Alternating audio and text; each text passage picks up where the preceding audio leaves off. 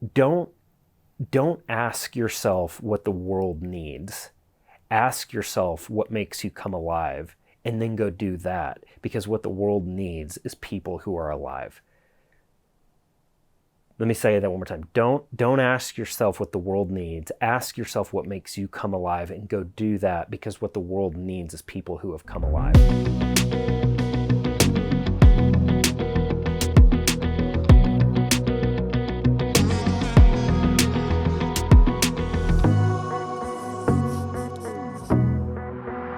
Hey guys, welcome back. If you have seen the first two videos or one of the two, thank you so much for watching again.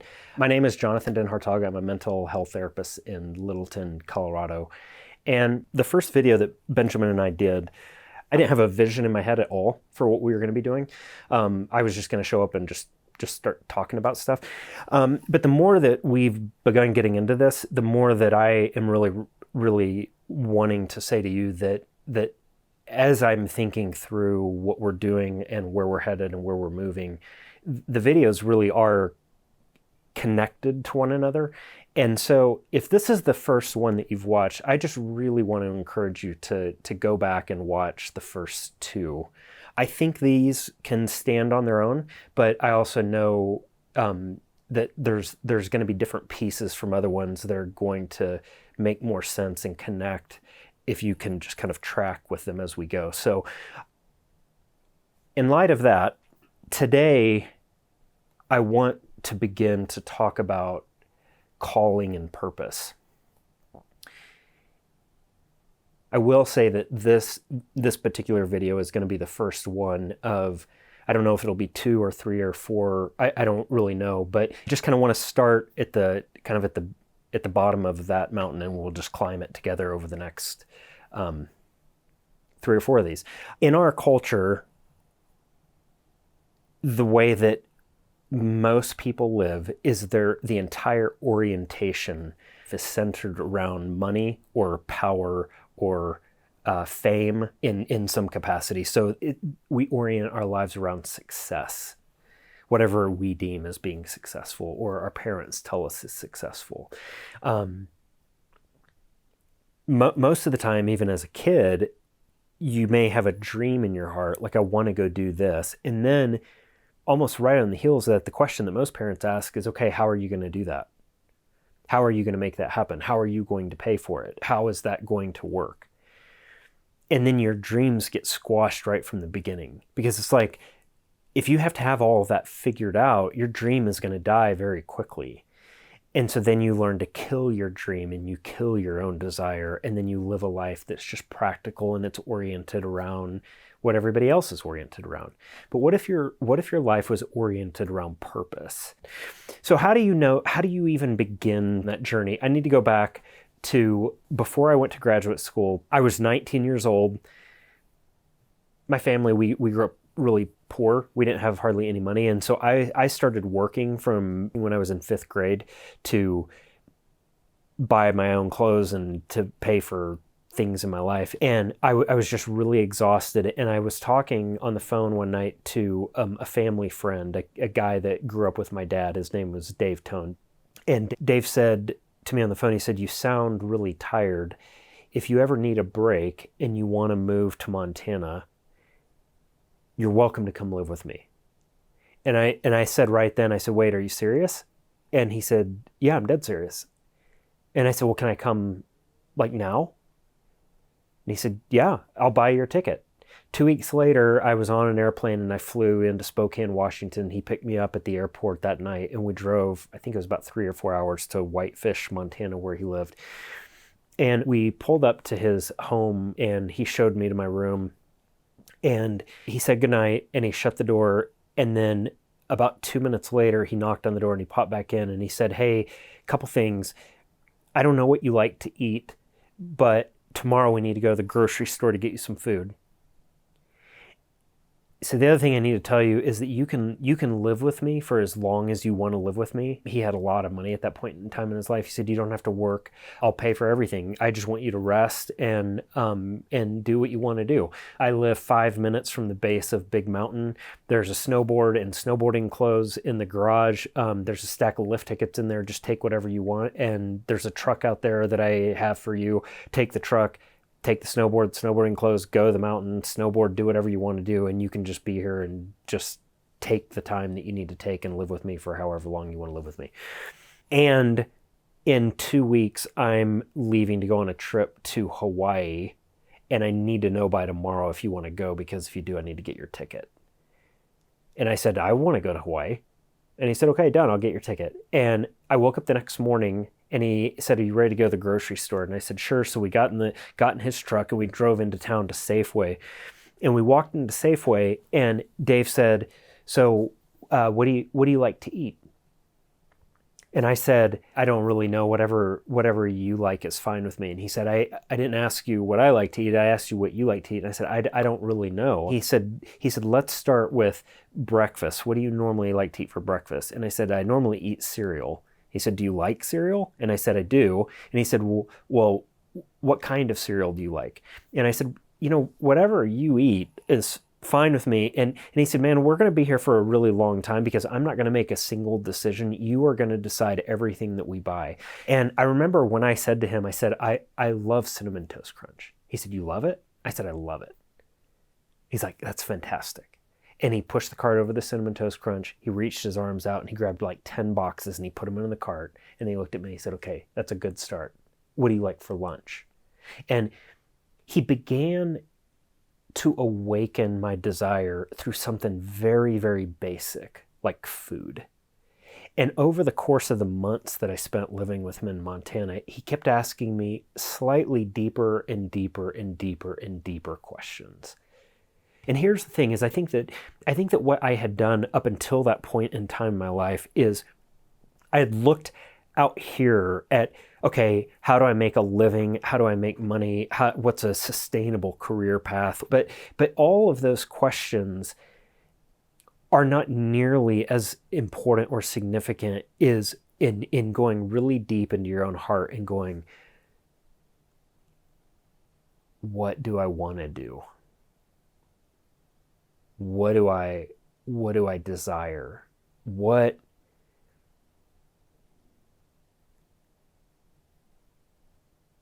If I got to wake up tomorrow morning and do anything that I most deeply wanted to do, what would I do with my life? What gets me excited to wake up in the morning and go live my life? And when I lived with Dave, I began to ask myself those questions.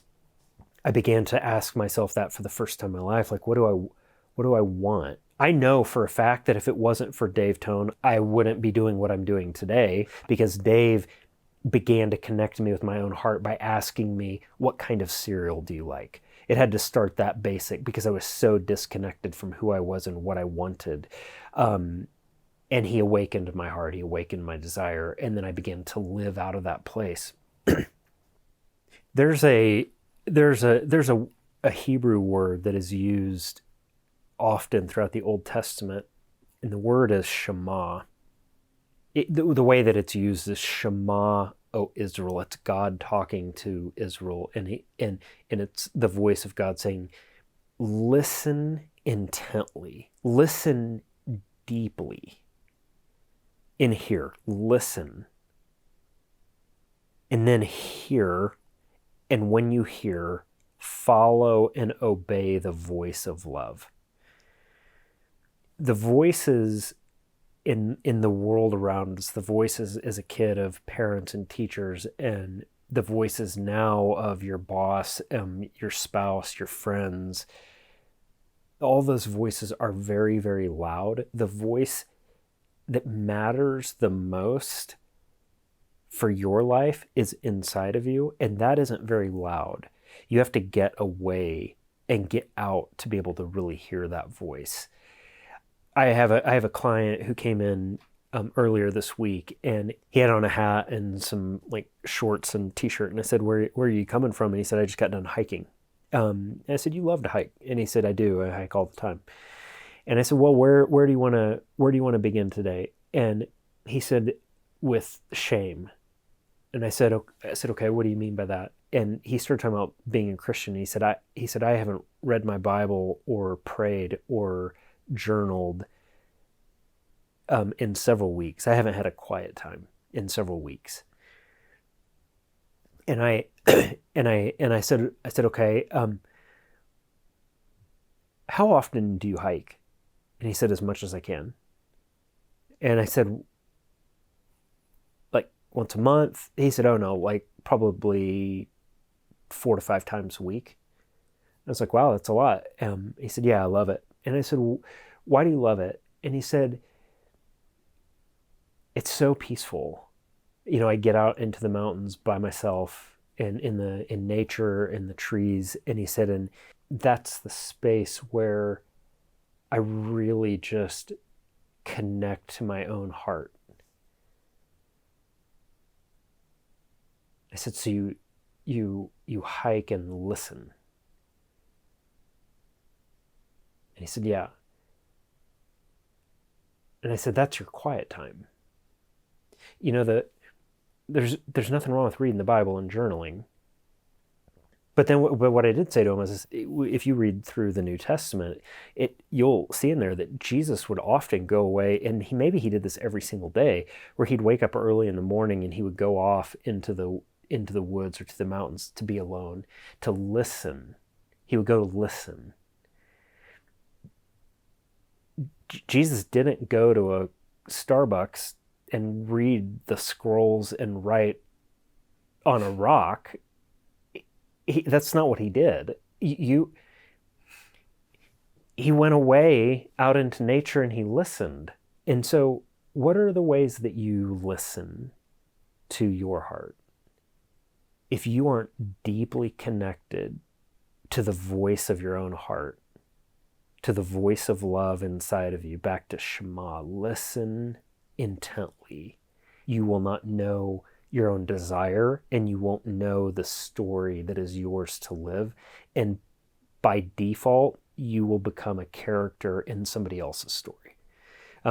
Your boss has a story they want you to fit into. Your parents have a story they want you to fit into. Your friends have a story. Your spouse has a story. Your kids have, everybody has a story. They need you to be who they need you to be for them. And you can spend your entire life living a story that was never yours to live. What is the life that is calling to you, that is underneath the life that you're living? We have this life that we're living, achieving, making money, but there's another life underneath that is calling to you, but you have to pause usually for a significant amount of time and really listen to that voice and hear that voice. And what is that voice calling you to? It's calling to you through the deepest desires that you have within your own heart. And if you can hear that voice, maybe that will actually lead you to the life that you're meant to live, and maybe lead you, I don't think maybe, I think for sure, it will lead you to the vocation that you're meant to pursue. One thing I want to read here is from Parker Palmer's book, Let Your Life Speak. He says this: vocation does not come from willfulness. It comes from listening.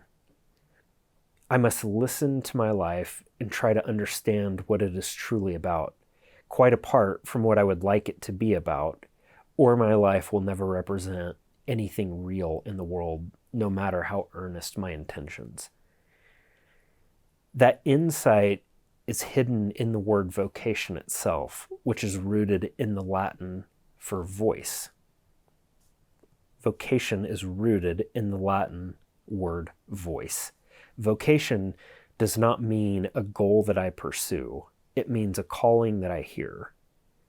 Before I can tell my life what I want to do with it, I must listen to my life telling me who I am. That feels super important to me. because we learn very early on that we don't know what we're talking about, but mom and dad know what they're talking about, and our school teachers know what they're talking about, and the principal knows what they're talking about, and the president knows what he's talking about, and on and on and on. And the assumption is I need a mentor to tell me what I should do, or I need a counselor to tell me what I should do. In fact, I would say most people, when they come initially at least, and they come sit in my office, they think that I hold the keys to the wisdom of the universe. I'm Yoda. I know everything because I'm a therapist. And you just tell me your problems and I'll tell you what to go do. It makes sense that that's people's frame of mind when they come in here, because that's how most people live their entire life. Like, I don't know what I'm talking about. I don't know what I should do. Let me go to somebody who's really wise, and then they'll tell me what to do. What I want to do is empower you to find your own heart and have the faith to trust that what is inside of you is actually really, really good. And if you can connect with that and you can hear that voice, and then you have the courage to follow it, then you're going to know what it's like to really live. 2 weeks after I moved in with Dave, we were in Hawaii. And if you've ever been to Maui, there's this volcano that has a road that wraps around the volcano, and it drives to this town called Hana. And we were driving on the road to Hana. And there's one particular point where you cross over a bridge, and then there's this parking area where tons of people are parked because they're looking at the view. And if you're standing on the bridge and you turn around and you look behind you, there are 3 massive pools of water that just sort of drop down like this. And then you look over the bridge and there's a 4th pool and a 5th pool and a 6th pool and a 7th pool. They're called the seven sacred pools, and it's a tourist attraction, so people, when they take pictures, and they just kind of hang out there for a while. Well, I walked over to the bridge, and somebody had taken a black Sharpie marker, and they had drawn an X on the bridge, on the rail.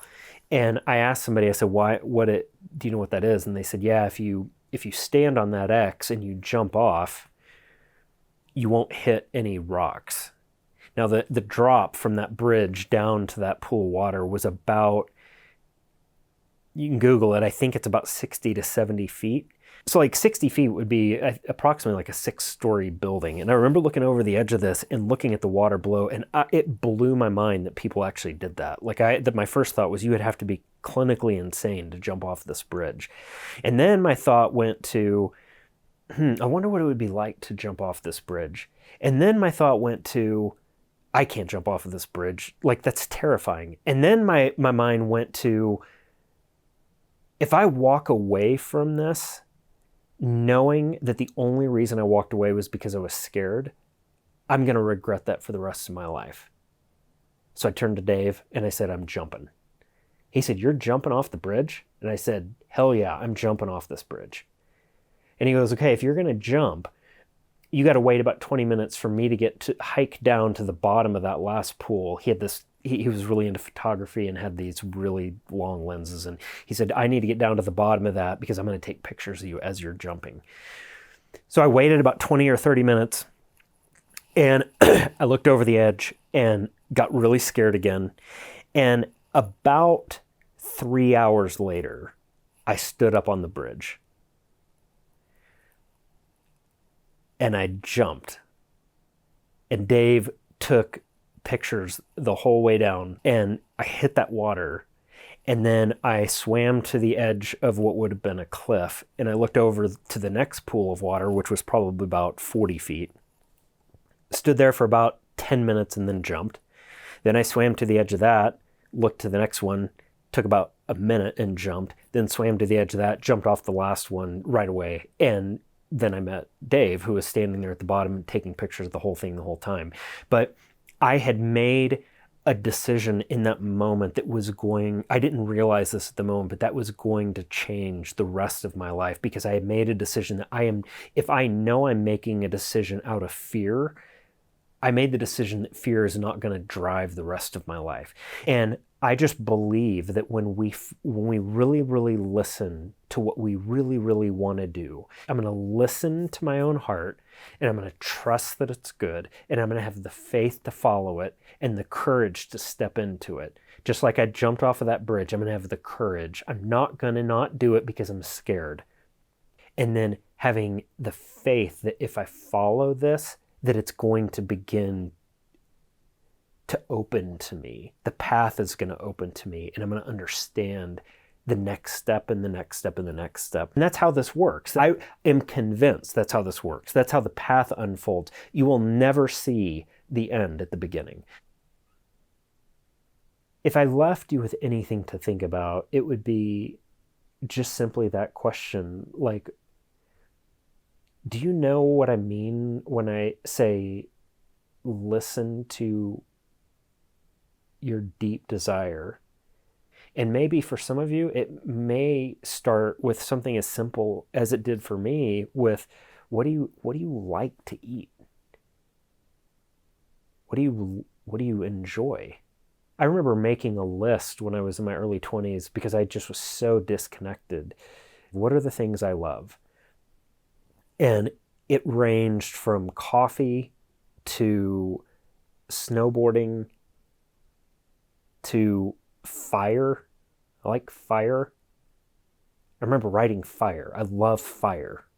Even if you start with that, like, what do you love? All those things are going to begin to tell you things about yourself. They're going to begin to tell you about the deeper desires of your heart. Whoever you are, can you take this a step further and put a pen to paper and just begin to write out, what are the deepest desires of my heart? What are the things, and not a Cinnamon Toast Crunch isn't the deepest desire of my heart, but like that's what it took for me to begin to get there. And if you sorry, what are you laughing at? The Cinnamon Toast Crunch being the deepest desire of your heart. Listen, Cinnamon Toast Crunch isn't, Benjamin keeps laughing at me. Cinnamon Toast Crunch is not the deepest desire of my heart. But I was so completely disconnected from what that would be that just admitting that I loved Cinnamon Toast Crunch was the beginning of a journey that has led me here. It's led me to doing the things in life that I love the most, and it started almost 30 years ago with Cinnamon Toast Crunch.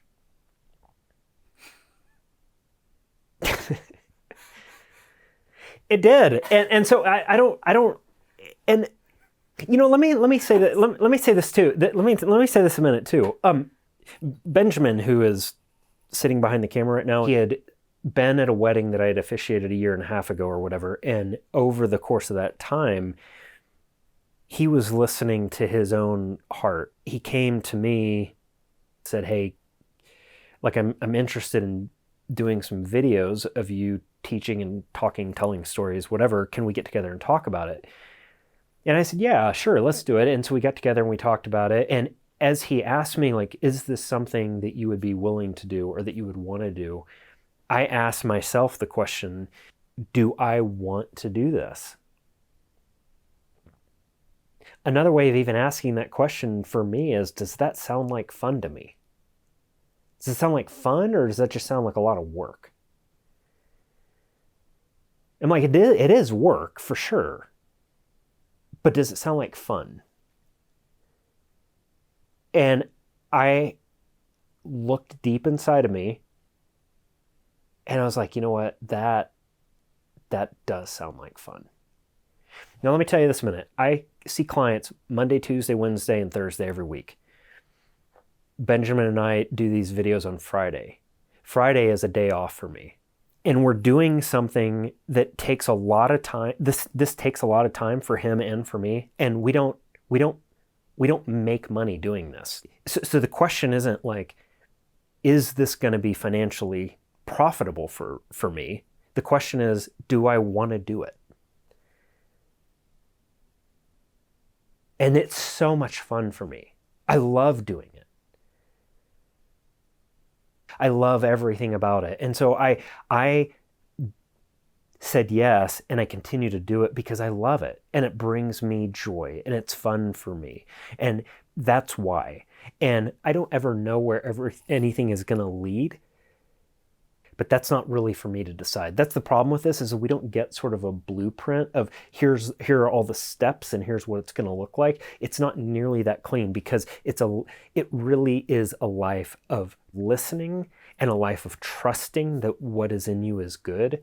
And as you do that, as you step into your own desire, in your own heart, in your own what brings you alive, what really brings you alive, the world begins to open up to you, which leads to adventure. It leads, first of all, if you have the courage to follow that, it leads to a life of adventure and joy and freedom. And that's what I want for you. And I want that for my boys. I want that more for my wife. I want it more for myself. I want it more for Benjamin. I want it more for every single one of you listening to this. And if, for God's sake, if any of this helps you to follow that path in your life, every single second that I spend working on this, every second, I don't want to speak for Benjamin, but I think I can, and saying that every minute that he spends on this, if it helps to move, to shift the needle of your life and to move you in that direction, this is completely 100% worth it. And even if it doesn't, it's still worth it because it's just a lot of fun for me. And so, guys, we'll just leave it there for now. Thank you so much for coming back, for coming for the first time. Thanks for watching, and we'll see you next time.